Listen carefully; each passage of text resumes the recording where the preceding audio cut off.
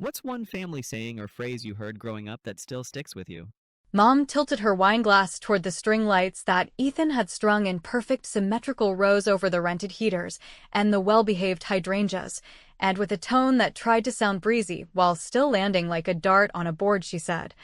"Your brother's housewarming party was so lovely. When are you going to catch up?" And I set my fork down, watched the pool lights tremble across the rim like a heartbeat you can see but cannot slow, and replied in a voice that felt steadier than I expected. "I hosted mine last year. You just weren't on the guest list." And for a precise, delicious second, everything stalled, even her fork, which hovered midair like a small silver flag surrendering to gravity and propriety at the same time. I have learned that a kitchen like this one, with a marble island as wide as a compact car and hardware that gleams like new money, behaves like a stage where everyone believes they have the lead. So when I looked around and saw my father studying the ceiling as if salvation were written in drywall, and Kelsey fussing over a tray of crab cakes that suddenly demanded all her attention, and Ethan rubbing his jaw with the same absent-minded entitlement he uses when a bill arrives and someone else quietly covers it, I understood that my line had cut through layers of old varnish and hit raw wood, which, inconveniently for family harmony, is the only surface worth sanding.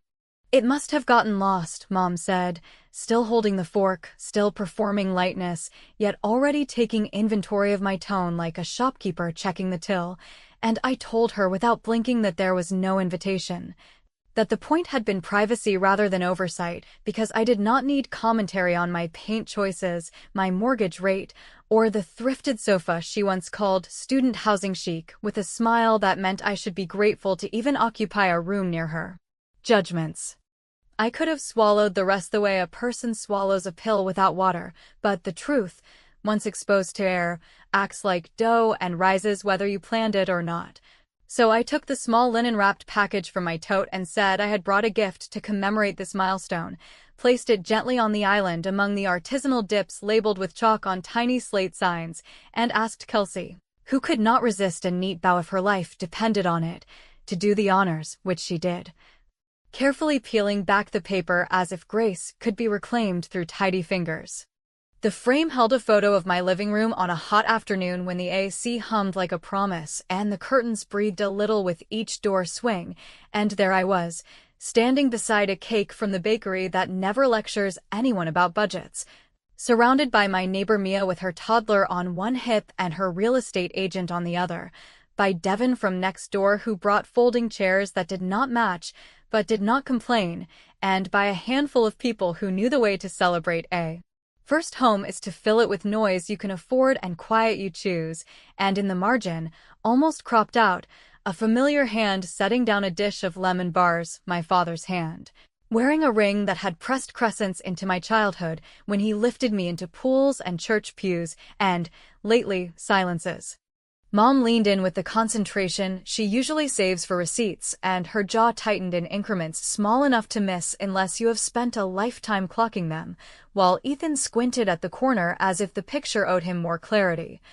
And my father pretended to be fascinated by a pendant light he had previously described as that spaceship thing, and I said, because gentleness can still carry an edge, that I had printed the photo to remember a day that was small and honest, where nobody measured my square footage against anyone else's life, and that I thought it would be nice for our family to have a keepsake from a milestone we apparently misfiled. "Who took this?" Mom asked, too calm, the way you talk to a dog that has something expensive in its mouth, and I answered that Mia's husband had snapped it on his phone while people argued cheerfully about whether to cut the cake or wait for the late arrivals. And I watched my father's shoulders shift almost imperceptibly because he knows which lie would fit and which truth already escaped, and I let the silence do the rest, because sometimes silence is a scalpel and sometimes it is a mirror. And either way it reveals.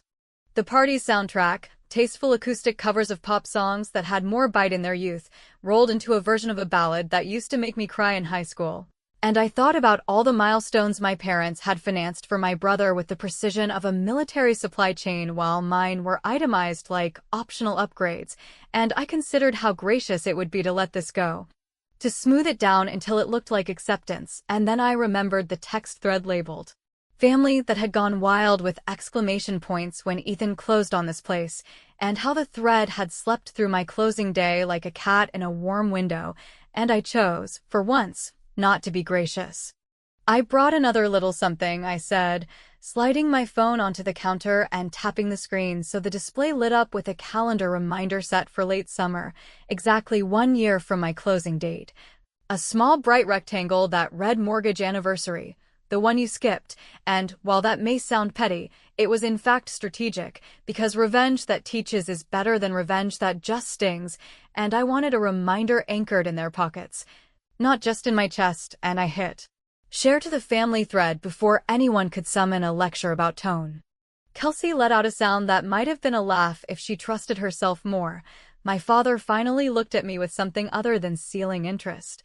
And Ethan stepped closer in a way that suggested we were about to revisit the ancient family myth that I am dramatic for noticing patterns others benefit from ignoring. Yet before he could start,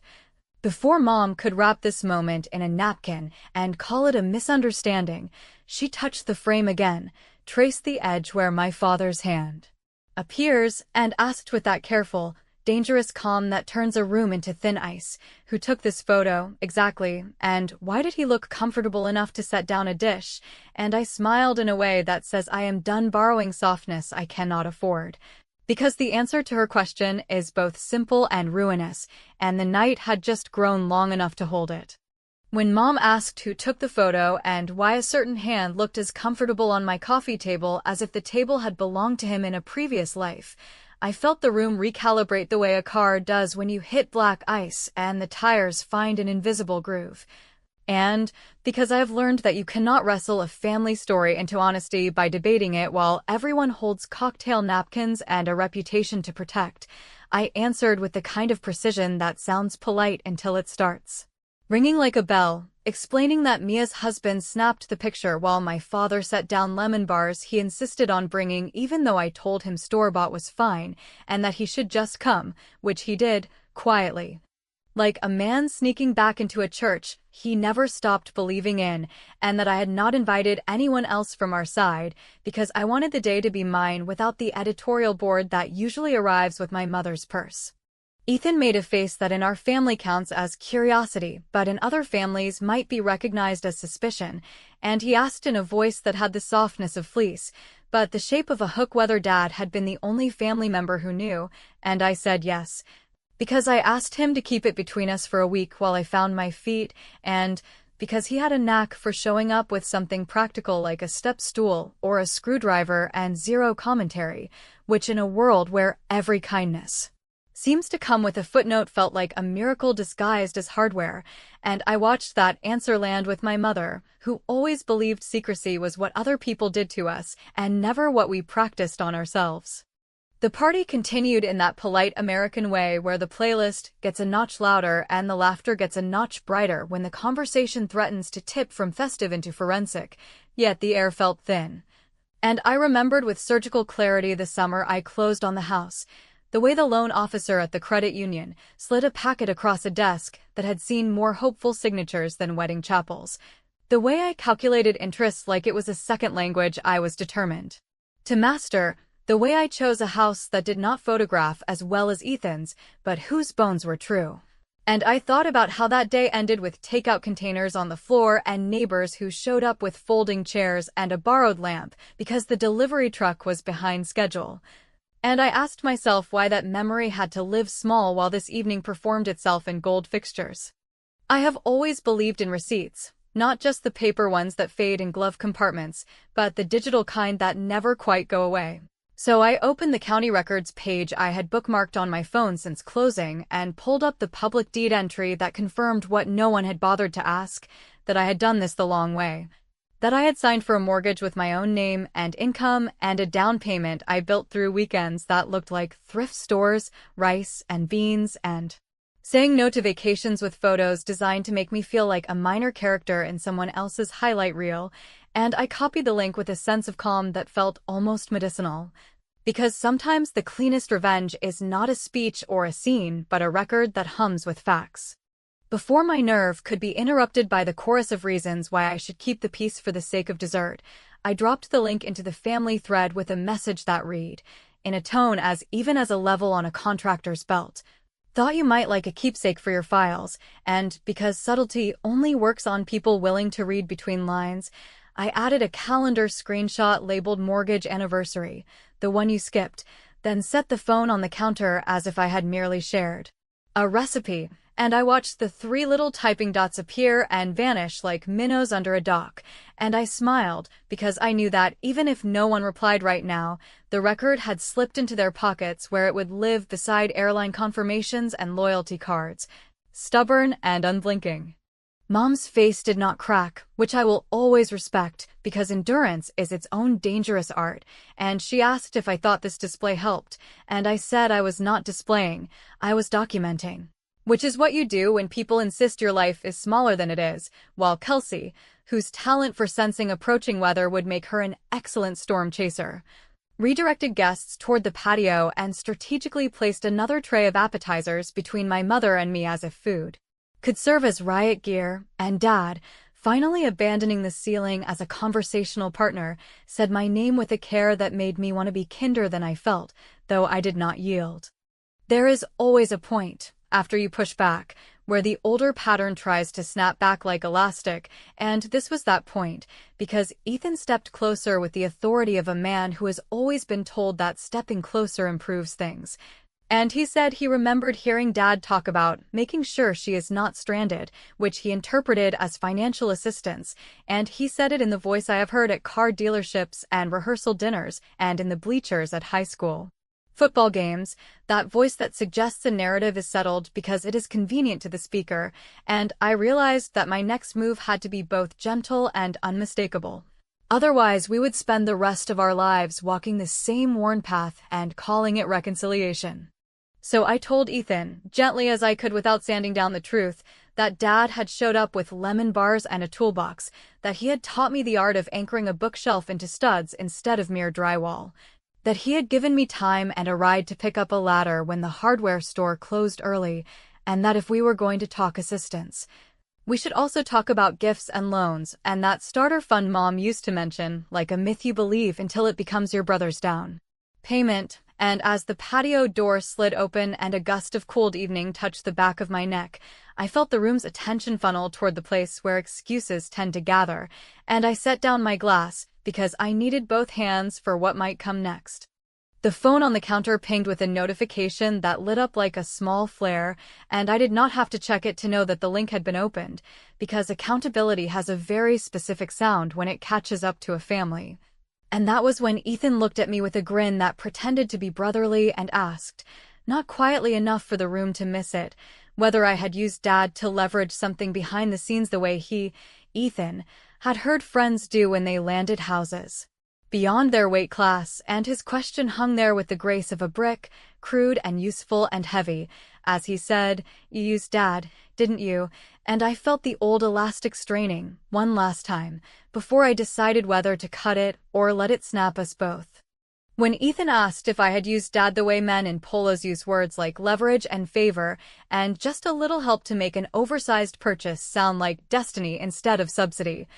I felt that itch behind the ribs that used to make me go quiet for the sake of keeping the peace, yet I have learned that silence is not peace so much as unpaid interest. Therefore I told him in a voice that could pass for friendly at a church picnic that I had used a credit union, so dull it could cure insomnia, and that the only back door I walked through was a program my grandfather qualified me for decades ago by serving his country when doing so did not come with hashtags or home tours, and that the loan officer, a woman with a calendar full of other people's beginnings, sat with me while I calculated closing costs like a person counting the exact number of bricks required to cross a river without getting wet, and that the only thing Dad contributed on paper was time, which, inconveniently for everyone who loves a neat accusation, does not show up on a settlement statement. Mom, who can turn any room into a courtroom with herself as judge and stenographer, fluttered a hand in a gesture that meant the subject should be moved along before anyone read the fine print out loud. Yet I pressed on because momentum is a kind of mercy when you are finally telling the truth, and I explained that there had been an old rule from Grandma that everyone treated like a sentimental napkin at Thanksgiving, sweet, symbolic, not binding, except that in the margins she had written specific notes about who should receive what, and in those notes she had underlined my name beside the words maple table. The one with the carved apron and the burn mark shaped like a question mark from the time Dad forgot a trivet and pretended the scorch gave it character, and that table had, by some family magic that mostly looks like moving trucks that only drive in one direction, landed in Mom's dining room where it became both centerpiece and hostage. Ethan laughed the way men laugh when a woman mentions furniture as if it were a stand-in for larger complaints, and I admitted that the table mattered to me, not because I worship wood grain, but because Grandma had once told me, while we dried dishes in a kitchen that smelled like lemon oil and pot roast, that the person who hosts is the person who decides how stories get told, and she wanted me to have a place where people could talk without being docked for honesty. So yes, the table mattered. And yes, I had asked for it more than once, and yes, the answer had always been a vague later shaped suspiciously like never. I could have kept repeating myself until the syllables wore smooth and useless. However, revenge, when designed for adults with mortgages and group chats and reputations, should be tidy and instructional. Which is why earlier in the week I called a moving company with beige trucks and no blog, and I scheduled a legal retrieval for personal property itemized in a will that, while not bulletproof, was lucid enough to make a reluctant person think twice. And I timed the pickup for tonight because sometimes the cleanest cut happens where the light is best, and when the doorbell rang with the apologetic chime of a service industry worker who has seen too much, I excused myself with a smile that said bathroom but meant witness. And I met the foreman on the porch with a folder so organized it could have gotten me hired by any accountant in the tri-state area. The foreman, who looked like a man who has hauled generations of family mythology down narrow stairs without dropping either the furniture or the lies, glanced at the paperwork, nodded with the slow relief of someone grateful that the words matched the situation,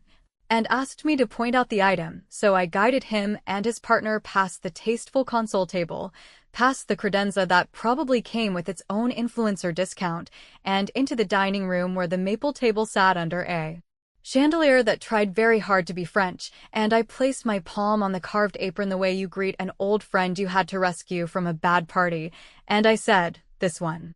Mom's voice went airy and thin the way it does when she runs out of runway but refuses to stop the plane, and she said there must be some mistake because the table had been in her care for safekeeping, which is such a gorgeous euphemism for possession that I almost admired it, and I replied that the will listed the table under my name, and that tonight seemed as safe as any other night to return it to the person Grandma intended. And I handed the foreman a copy of the notarized note Grandma had tucked into her will's addendum, a note that began, "To my granddaughter, whose backbone is straighter than any leg I ever sanded," and the foreman, who might not read poetry for pleasure, still understood the authority of a clear sentence and lifted the table with a respect that made my throat feel hot. Ethan muttered that this was dramatic, and I said drama is what you get when people ignore reasonable requests until you rent a dolly, and Dad, to his credit or his exhaustion, stepped aside with hands raised at shoulder height as if surrender were cheaper than another argument, while Kelsey pretended to search for coasters with a determination that suggested she was wishing herself into another family entirely.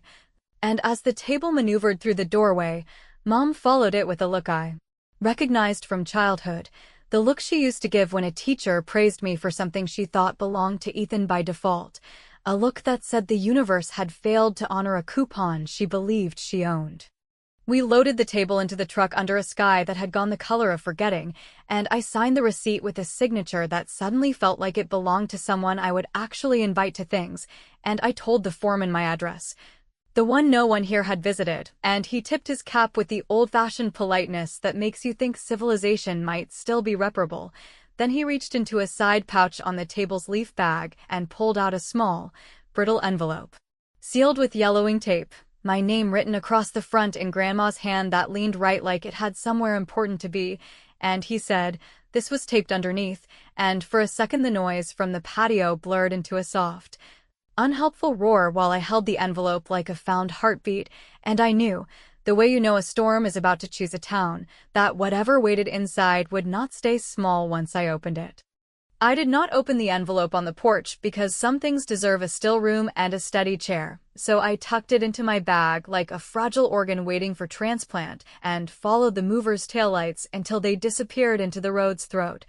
Then I returned to the patio where laughter had resumed with the frantic brightness of a failing string of lights, and I slipped into the half-shadow by the grill, slid my thumb under the brittle tape, and drew out a single folded sheet of lined paper that smelled faintly of lemon oil and the dry attic above Grandma's bedroom where summer baked old puzzles into the shape of memories, and as the creases gave way I saw her handwriting, that forward-leaning script like a person walking on purpose, and I began to read a voice that had always known how to make truth sound like a gift even when it hurt. She wrote that after Grandpa died, she sat with a banker who wore a tie with sailboats because he thought women trusted leisure, and she listened to a careful explanation of a modest account they had nicknamed the seed jar when times were tight. A jar meant for beginnings instead of bailouts, and she instructed him, with the kind of calm men respect even when they wish they did not, to set it aside for her grandchildren to split equally when both had reached a place not of age but of capacity. By which she meant a point in life where decisions carried weight that could not be shrugged off as youthful experiments, and she noted, with a line drawn under my name, that she expected the distribution to happen without parade or penalty, because money given to help should never be tallied later like a favor that earned interest and shame. The letter did not accuse, because she was not built that way, yet between the lines I could hear the rustle of a plan that had been bent, the way a branch reveals hands even after they let go. And she closed with a reminder that the table and the letter belonged together, one for hosting honest talk and the other for initiating it. Then she wrote a single sentence that I read twice because it carried me like a current. If anyone pretends confusion, sweet girl, go to the statements and not the stories, because numbers tell the version people cannot rehearse. I folded the paper with a care that made my fingers ache, slipped it back into the envelope as if returning a bird to a nest, and walked through the house until I found the smallest quiet, which turned out to be the laundry room with its humming dryer and its basket of towels that smelled like lavender and denial, and there, sitting on a folding stool, I opened my banking app and scrolled through the past year the way a person scrolls through old texts with an X, seeing not just the messages, but the patterns they made when stacked, and I pulled the county site once more for public records tied to my parents' home equity line. And I hunted in those tidy columns for shapes that matched Grandma's seed jar being siphoned into Ethan's down payment through transfers labeled as family tax planning, which is accurate in the way calling a storm weather is accurate. And I took screenshots without commentary because sometimes the most generous thing you can do is resist the urge to narrate. When I stepped back onto the patio, the evening had flattened into that warm midsummer hour where dessert plates collect on every surface like fossils of good manners, and Mom stood with a glass of something that pretended to be light while carrying the kick of a mule. And she asked if I was satisfied now that I had carted off a table like a trophy, and I said the table was not a trophy so much as a tool, and I told her I had read Grandma's letter, at which her mouth made a small involuntary movement, the kind that betrays fluency in the language of omission. And I described in the calm cadence I use at work when a vendor tries to sell me panic that I had located transfers from an account that matched Grandma's seed jar to a title company aligned with Ethan's purchase, and that the dates corresponded not to some emergency that might have justified triage, but to a timeline of convenience that placed my brother's dreams directly over a promise meant to be divided, and I said I was offering her a choice, because I still believed in exits that do not require fire. Either she told the truth, within the hour, to Ethan and to Kelsey, whose pride in building a life she considered equal partnership did not deserve to be undercut by quiet rewrites of fairness. Or I would forward a politely redacted statement that preserved social security numbers and shredded plausible deniability, and I would send it not to the family thread where jokes can drown anything, but to Kelsey herself with a label Grandma might have liked for its lack of theatrics. Ask him, and because revenge without purpose turns corrosive, I added that I would accept a repayment schedule established under both their names into a scholarship fund using Grandma's, a small, stubborn instrument that would sit under the maple table and help nieces, nephews, and maybe the daughter no one expected from me attend the classes that teach courage and practice. For a stretch of seconds so long the crickets calibrated to it, no one said a thing, and then Kelsey, who has always been sharper than her social media suggests, looked at me with eyes that refused to blink first and whispered whether there was something she needed to know before she built the next decade on a floor I was telling her might not be level, and I said I would prefer to hear it from the people who rearranged the joists, which is when Dad came around the corner with the sag of a man who has carried more boxes than the invitation list accounted for, and he spoke my name the way he used to when a nightmare had to be coaxed back into the closet, and he said, quietly enough to slice, that it was not my mother. Dad's words landed with the heavy gentleness of a tool set down after too many projects, and when he said it was not my mother, that he had moved the money himself using her login because the bank trusted her account structure more than his and because he believed, in that tired way men of his generation sometimes believe, that the son who had always looked like the family investment would yield reliable dividends if only someone bridged the inconvenient gaps. I felt the entire scaffolding of the evening tilt, yet not collapse, because the truth, when it finally shows up, rarely knocks down the whole house. It just makes the pictures hang straight enough that you cannot pretend not to see them. And while Mom stared at him as if he had misread a map she had insisted on holding, he kept going, explaining that the transfer started as a patch, then became a plan, then, embarrassingly, a habit, and that he had told himself he was doing it for peace, which now sounded exactly like what you call a mess when you are too polite to say you made one. He said he had asked Ethan to repay some of it over time when the promotion kicked in, and he said Ethan had nodded with the confident sincerity of a man who signs bar receipts like a champion. And he said he did not press because pressing felt like admitting a mistake, and he said he let Mom read the heat when she discovered the login trail because he already carried the weight of being the quieter parent and thought, stupidly, that a little misunderstanding might absorb the blow better than a confession would. And while he talked, I looked at Ethan, who suddenly resembled an actor caught between lines, aware that the next sentence would tell the audience whether he was playing the hero or the guy who makes the hero necessary. You can love your family and still hand them a consequence that fits like a tailored suit, so I said we were not litigating character tonight, we were resetting terms, and I outlined the remedy slowly so no one mistook clarity for cruelty,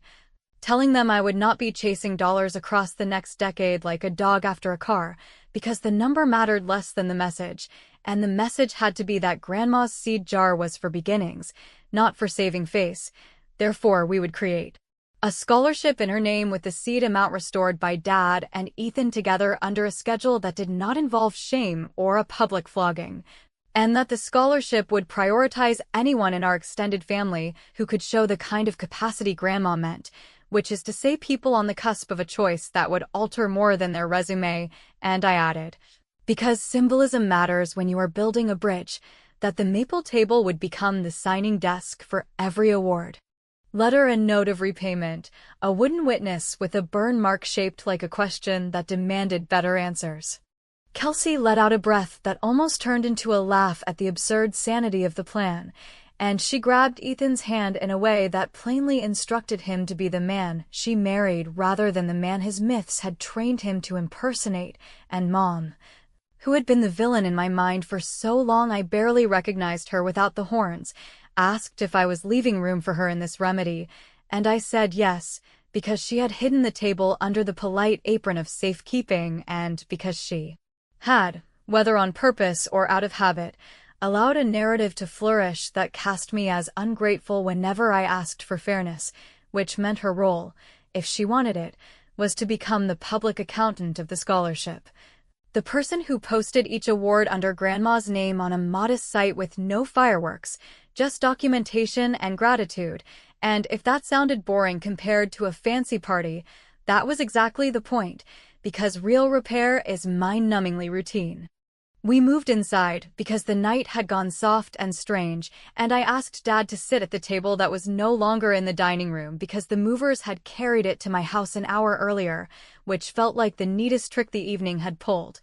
And I took out a printed draft of the scholarship charter I had written during too many lunch breaks when I wanted to scream, but chose a Google Doc instead, and I slid it across the counter along with 2 pens, and I watched my father's face as he read the clause that said repayment would not be counted as penance, but as participation, and his eyes did that glassy thing that makes you remember how much you wanted him to notice your science fair poster in middle school, and he signed.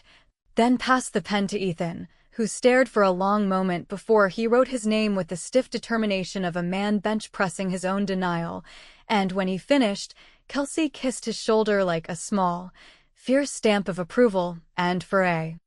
single beat I allowed myself to believe we had pivoted from melodrama into adulthood.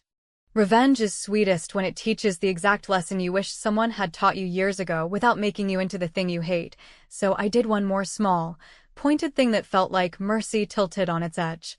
I created a group calendar invite titled Grandma's Table, Housewarming, Round 2, set for late summer at my place with a note that said neighbors bringing folding chairs and the bakery cake, pink frosting again because traditions should be affordable. And I included an image of the maple table now settled into my dining room where the light lands in the late afternoon like a promise, and I sent the invite to the family thread along with a single sentence. Consider this an open door if you are willing to enter through the right one. And I left an empty chair in the corner in my mind even then, because boundaries can hold a space without guaranteeing who will fill it. On the night of the redo, the house filled with that good noise made by people who have found each other on purpose rather than by assignment. And the table looked ready for signatures and dessert plates and the kind of arguments that make relationships sturdier instead of thin. And I set an extra place with a simple white plate and a glass that caught the light the way forgiveness sometimes does when you don't stare at it too hard. And as the doorbell rang in a small burst and then another, I stood very still and listened for my mother's footsteps, which I have been able to identify in a crowd since childhood, and I heard only laughter and the rustle of paper plates and Mia's kid asking if he could sit on the big chair because it made him feel like a judge. And I told him yes, because everyone deserves a moment of harmless authority, and I turned back to the table just as the front door opened again, slow and undecided, the kind of entry that could belong to anyone trying to choose between pride and hope, and I did not look up right away because the truth does not need to be chased, it needs to be received, and somewhere behind me a chair moved against the floor with a soft scrape that sounds like either a person sitting down or a person standing to leave. And I let the sound hang there, almost musical, while I cut the first slice of cake and decided not to decide for anyone what came next.